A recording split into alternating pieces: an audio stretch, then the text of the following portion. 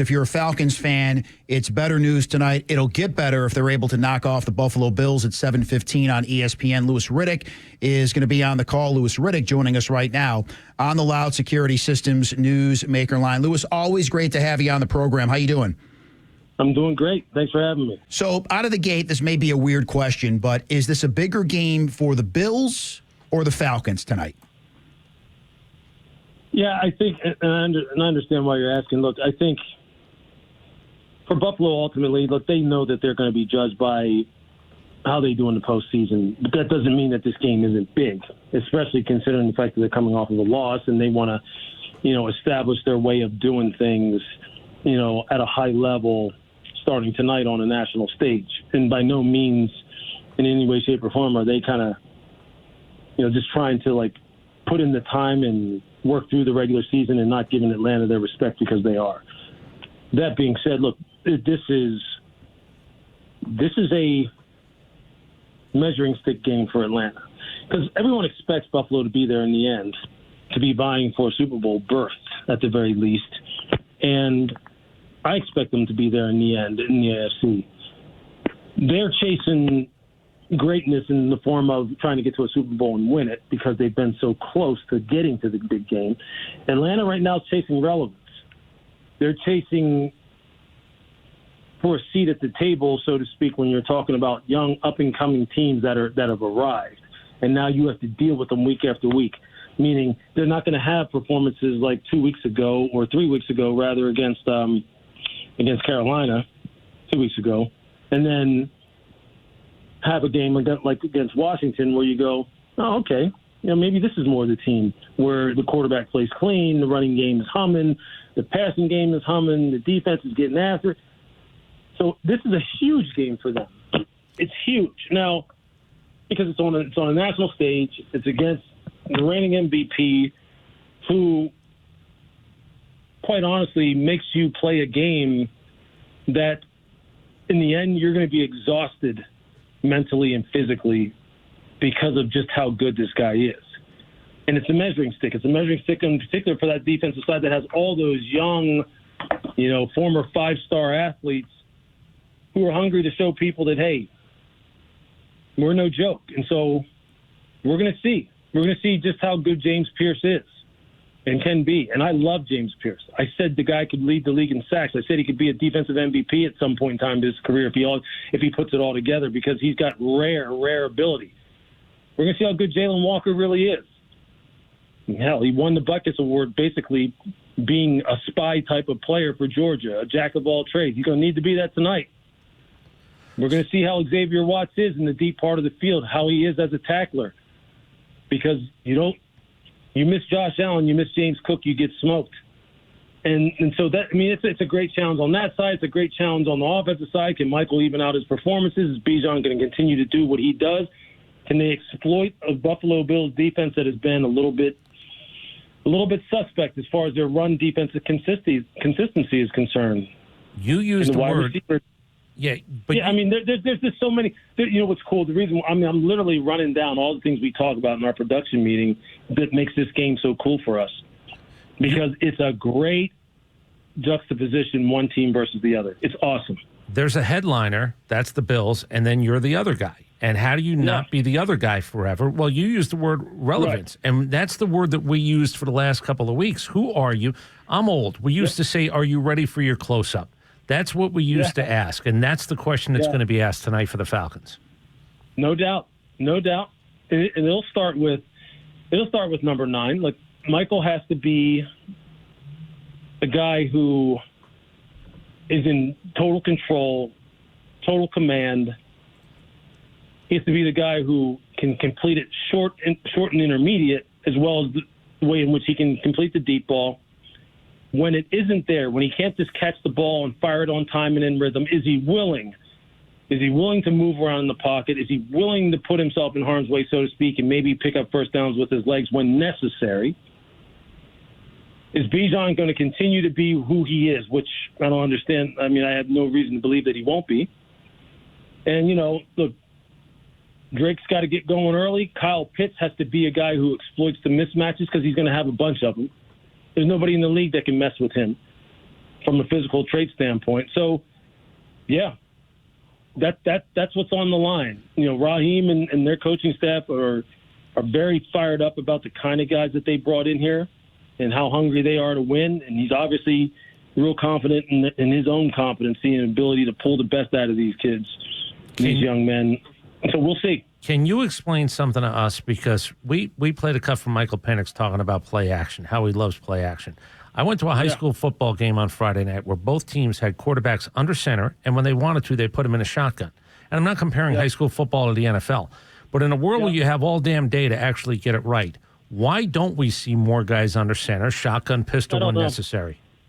That's a great question. Because, look, honestly, there are some high schools that do that, but a lot of high schools are pistol and gun-oriented type of offenses. And, it's a lot easier to implement an offense where you're not actually teaching quarterbacks footwork and trying to marry up the timing of 3, 5, 7-step drops with actual route depths and route breaks and try and make sure that it all lines up together so it doesn't look all disjointed. It's easier to just put a kid in the gun, let him stand back there and kind of pat the ball, hop on his feet, and then deliver it as the wide receiver is coming out of the break.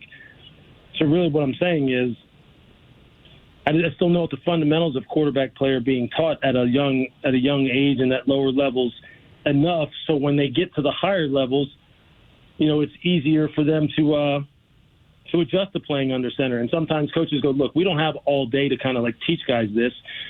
So they go with the path of least resistance. How can I get my guy to play the fastest?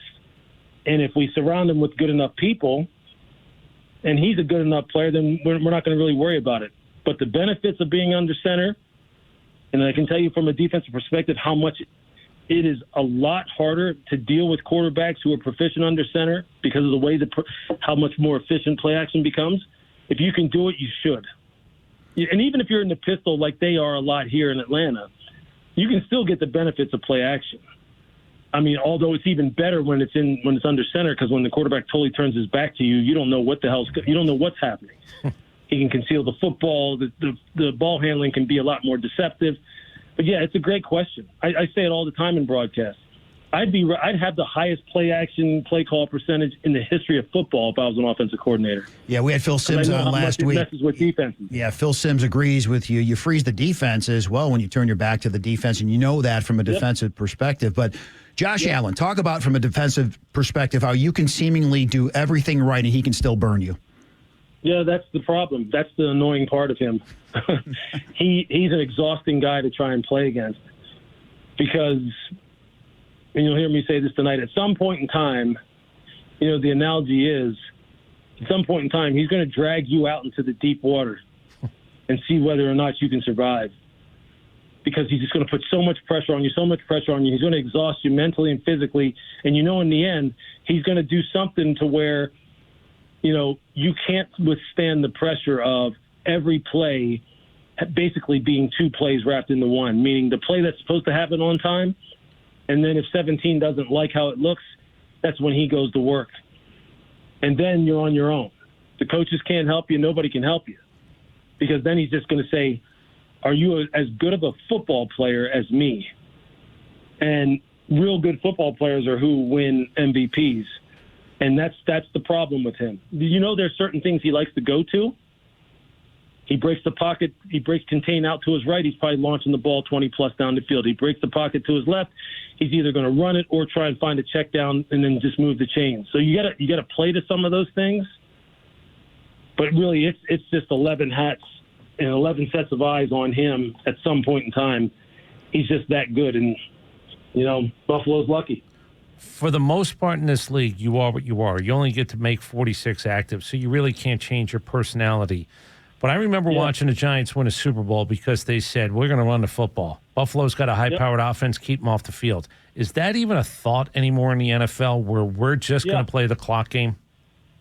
Well, I think it's a thought, and it's a definite point of emphasis, especially when you're playing a team like Buffalo. You don't want to give him more bats than necessary, more times at the plate, so to speak. Yeah, so you're trying to do everything in your power to not go 3 yards in a cloud of dust, but to kind of take your time, let the play clock wind down, obviously take opportunistic shots and all, but you want to limit him to 7, 8 possessions maybe in a game if you can, which means you want to average 5 minutes, 6 minutes drive if you can. That's just smart. It's just smart to do. And you can't turn it over, though. You can't give him a free possession. That's right. Yeah, and you can't give him that. Right. Don't make when he gets the ball. It has to be because either you're kicking it off to him or you're punting it to him, not because you turned it over to him. Because if you do that and you give him extra ones, you're ice skating uphill, man. And so they're aware of that, and that's going to be a big part of, I'm sure, what Atlanta tries to get done here tonight. And why wouldn't they with the running backs and offensive line they have? Louis Riddick is with us, going to be on the call, 7:15 kickoff tonight at Mercedes-Benz Stadium, Falcons and Bills. He's with us on the Loud Security Systems Newsmaker line. So we got the finished product over here with Josh Allen. Still some work to do with Michael Penix. When you see his game, what does he still need to work on? Yeah, I think when you're talking about Michael, it's now about, okay, so the short and intermediate game is where he has to go to work as far as making sure he's putting the ball where he needs to put it. When first read isn't there and he can't just catch and throw, that he's quickly able to get to option 2, option 3, move through those progressions. Again, deliver the football accurately, especially if he's not able to throw the football from a stationary position. All the fundamental things that all quarterbacks have to do. And he's shown the ability to do it. It's just whether or not you can do it on a consistent basis. He just needs more time behind the wheel, so to speak, and he has the ability to do it. There's no physical limitations with his game. It's just, it's like the $1 million question with most quarterbacks, because most guys who wind up starting games in the NFL are there for a reason. Then it becomes about all that stuff between the ears and that resolve and that ability to, like I used the analogy with Josh. Can you drag defenses out there into the deep water and kind of say, hey, look, can you stand up to the pressure I'm going to put on you mentally and physically, knowing that I'm going to find answers and I'm going to call upon my physical ability to try and exploit your weaknesses when the game matters the most. The great ones do that. The great ones have ability to last for 3 hours, 3.5 hours. And Michael has to prove that he can do that more times than not.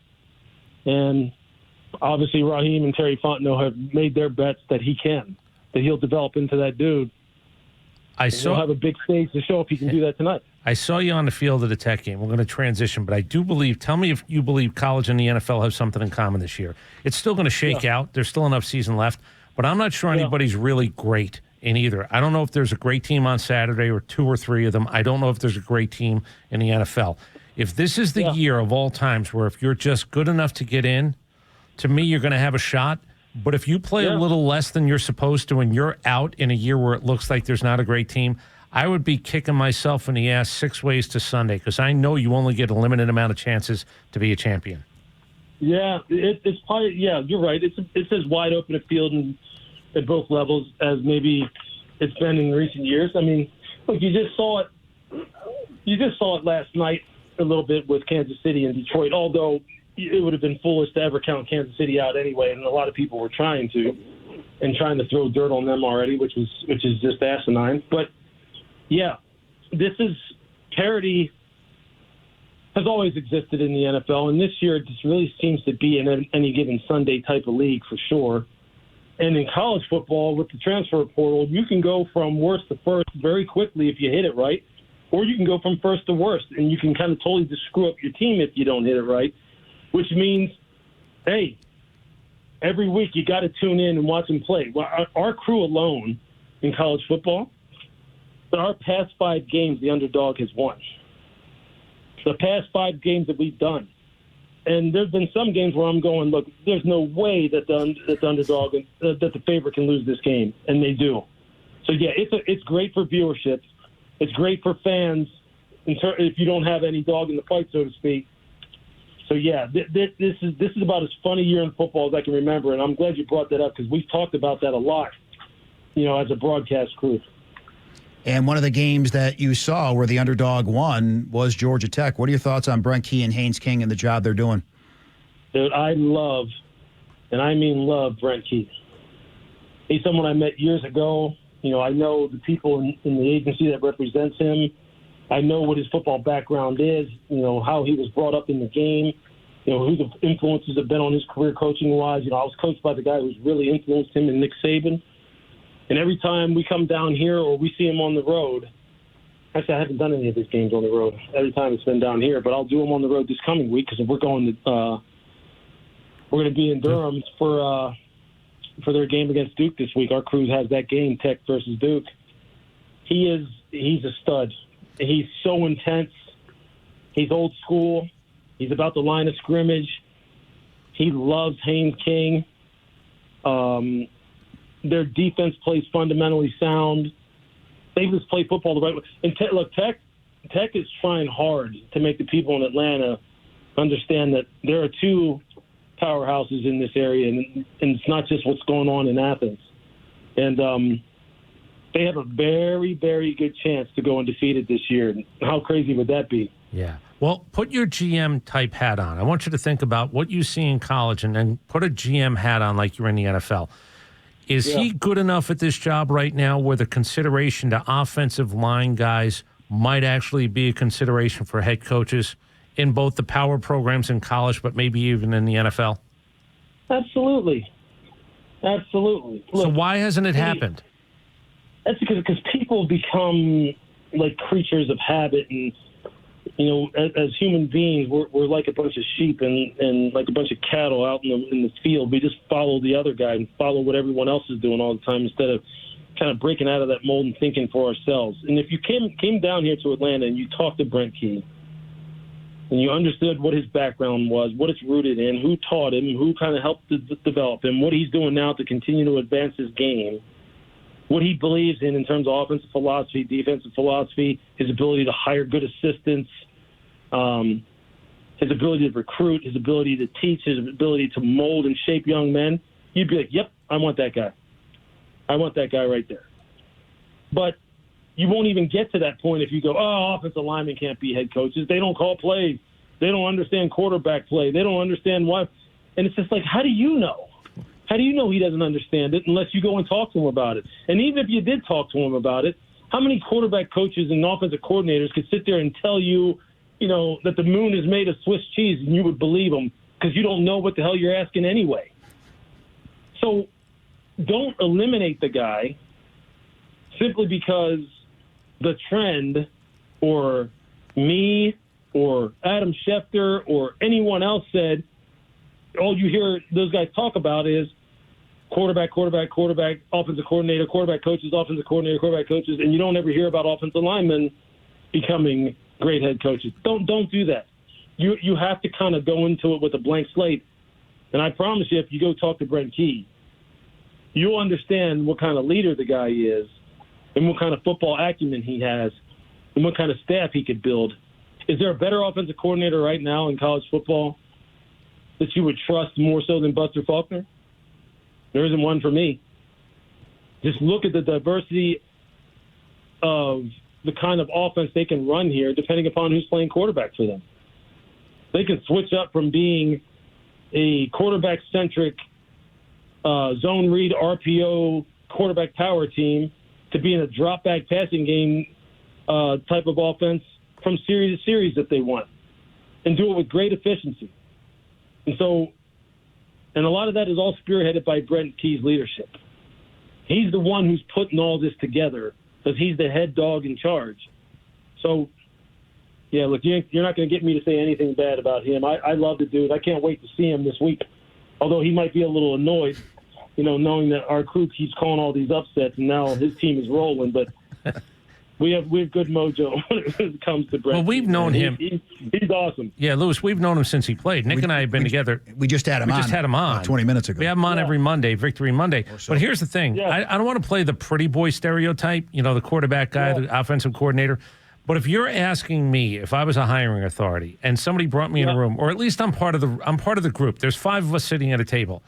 I believe culture is going to be driven by a guy like Brent Key more than any quarterback whispering guru who looks the part, who looks like he lives in a villain's lair, because he's just been really good at his job a couple of times. Yeah, look, and I'm glad you brought that up too, because I've actually had discussions, and I won't say with who, with people who are in positions to hire, who have been in positions to hire, that literally put a lot of stock into the look of the guy. He just doesn't come off, he doesn't look like a guy who could be a leader, who could stand in front of a team. Like, what are you talking about? He doesn't look like it. Like, what does that mean? Like, and does he have to talk a certain way? Does he have to wear a certain style of suit? Does he have to have his hair cut a certain way? Let's get past. And you know what? People who do that, they do that because they're not confident enough in their ability to really determine a guy's or a candidate's level of competency for what it really needs to be. And so they start looking at a bunch of other crap to try and make it seem like they know what they're looking for and inject all their personal biases into the whole process. And those are the places that are constantly churning coaches over. Or they get damn lucky and they hit on a guy, and then they start believing now they know everything, right? And it's just it's weird, man. Like we deal in a business that's all about human beings, and human beings have their biases and have their fallacies. And look, we all make mistakes as far as judging other humans and trying to figure out who the best leaders and coaches and developers are. But I would stake a whole lot of my own personal, wealth and my own reputation on Brent Key and his ability to go ahead and lead any Power 4 program or any NFL franchise if that's what you wanted. And I've believed that from the very first day I talked to him. Louis Riddick is with us on the Loud Security Systems Newsmaker line. Now, before we let you go, conversely, have to ask you about a guy that you played for in Cleveland and Bill Belichick. Why do you think it hasn't worked?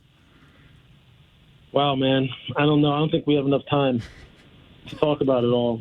And honestly, I don't know enough, so I don't want to speculate as to what's going on down there. I just, look, you hear so many, things that you go, man, I hope that's not true. I hope that's not happening. I hope the culture isn't toxic. I hope the kids really do like it down there. I hope that the holdovers from Mac aren't being treated differently than the guys who he's bringing in on his own. Man, I hope people aren't being pompous, arrogant, it's my way or the highway types. And I'm saying everyone that's surrounding him, because you can't get away with that in college. These kids hit the portal so damn fast. They don't give a damn about you coming in there and saying, hey, this is what I've done before, just listen to me and follow me. That's not the way it is. It's a relationship-driven, entity now. I'm hoping that that's not one of the reasons why maybe they're underperforming. Maybe it's just about personnel and talent. Maybe they picked the wrong guys with those 70-plus people they'd signed in the portal. So I'm sure a lot of these questions need to be asked of Mike Lombardi, who's his GM down there. Maybe ask him about, are you picking the right guys? It can't always just be their fault. Some of it's going to have to fall on you. Someone's going to have to fall on Bill. I'll say this, though. There's just a lot, man. There's a lot going on there. But, hey, there's a lot more questions than answers. I don't know these guys the way you do, but I'm going to almost answer that. Guys like him don't think they have to answer questions from guys like me because they won at the NFL. And I believe that's part of the problem now in college. You don't get away with that right now. You sure don't. You're absolutely right. Because like I said, these kids, they carry the big stick. They can leave. They'll say, hey, I'm gone. You don't want to play me? I'm gone. And you know what? You're not going to badmouth every kid to every coach to the point where every coach is just like, yeah, you know what? We're not going to take him because Bill said that he can't play, or Bill said he wasn't a team player. Coaches know what the new landscape looks like. And it's not every kid is like that. It's not all just a bunch of petulant, toddlers, so to speak, where if they don't get their way, they just kind of leave. But you do have to approach it differently. You can't berate kids and beat them down and kind of strip them of their individuality and have a bunch of robots. It's not that way. Just go into any Power 4 program's player parking lot and look at the cars in there. It's a hell of a lot different than it was in 1987 in Pittsburgh when I was there. when there were no cars in the player parking lot. We didn't even have a player parking lot. There was no place to park the car. Necessary. Yeah. I just came from Boulder. All right, we walk into the game over there at Folsom Field. So there's Maybachs, Bentleys, Ferraris, Porsches. You think these kids are just going to listen to you sit there and go, it's my way or the highway? They'll be like, hey, guess what, coach? I'll go out here in my $150,000 car and I'll hit the highway. I'll go back to my house in my neighborhood that, guess what, you also live in too, because I'm next door neighbors to you. So I'm making maybe not totally as much as you, but I'm making pretty damn good living. I don't have to take your crap. So, yeah, it's a different world, man. And it's not for you either adjust or get out. If you can't adjust, get out, because the players have the juice right now. I don't know if it's a fair number. We'll finish with this. We throw it around. I think it's 1,000 times easier to be an NFL head coach than a college coach. Oh, yeah. They just ask Jeff Hafley. Why did he leave Boston College? Yeah, why deal with it? He said, why deal with it? Exactly. There's some guys who just say it's not worth it. These guys don't even get time to spend as much time coaching as they do re-recruiting and trying to make sure that players' parents and girlfriends and supposed agents and stuff are all happy, so they don't lose them when the transfer windows, when the portal windows open. And then, there's so much pressure now. You've got, boosters and people who are part of the collective saying, why isn't my guy playing? Why isn't my guy playing? Why isn't my guy getting more yardage? Why is it, hey, I gave you this money for it. Why isn't this guy playing? Why isn't that? I mean, are you kidding me? And then you only have like 4 or 5 hours a day with these guys to try and bring together 40, 50, 60 new transfer guys and make them into a team. But you have maybe a third of the time that you would have with a lot less guys in the NFL to get them going. Why wouldn't you move to the NFL? Yeah, that's what Kirby. The reason why is also because if you are good at it in college football, you're making $10 million plus. Right. Like Kirby Smart $5 million is. plus, $8 million plus. Yeah, and Kirby was with us last week. He said, look, these kids, half of them now, they got to hold up. They got to support their entire families. He said, when I was in college, I'm sure it was the same way with you, Louis. You just kind of drifted through because there was no social media. You put in your work. Right. I'm not saying you were lazy, but you didn't have to be responsible for a household. No. Yeah, exactly. That's what I'm saying. Like, you hear the stories. You hear the stories of some of the top level players in college football. They're living in the same housing complexes as their head coach. They're next door neighbors with them. And you're right. They have family members, extended family members. They're pulling up to practice in their Ferrari, in their Mercedes Benz, and it's just like. And then on top of it, so with all those expectations, as you touched on, the social media world. Now, if a kid has a bad game, they're getting death threats. They're getting told that they suck. They're getting all their bad plays put on social media and saying, "How's this guy?" And that stuff wears on you. Like, you wonder why mental health has become such a big thing in player development, as far as guys being able to kind of block out the noise is such a point of emphasis for football programs. It's because it ain't easy anymore. Well, you got kids. Easy. Look, we'll finish with this. Football players used to be like, you were supremely confident. You walked around, not just big man on campus. I think the NFL suffers a little bit because we got kids now who have been beaten down and they're not even sure if they're good players. They're not even sure, my God, if I'm being told I suck in college, what am I going to be as an NFL player? And it seems to be like a wheel that I don't think anybody wins. The holistic development of players at the professional level, and not just football but any sport, better be at the very forefront of your program, and not just we got to make him bigger, stronger, and faster and more limber and keep him from soft tissue injuries and all. You better be developing his mind and his soul and his self-confidence and giving him the skills to deal with the fact that we live in a very pessimistic, negative society that will sit on their hands and not say a damn thing when you're doing good. And as soon as you mess up or as soon as you have a bad game or as soon as you get beat for a touchdown, they come out in droves and want to rip you apart.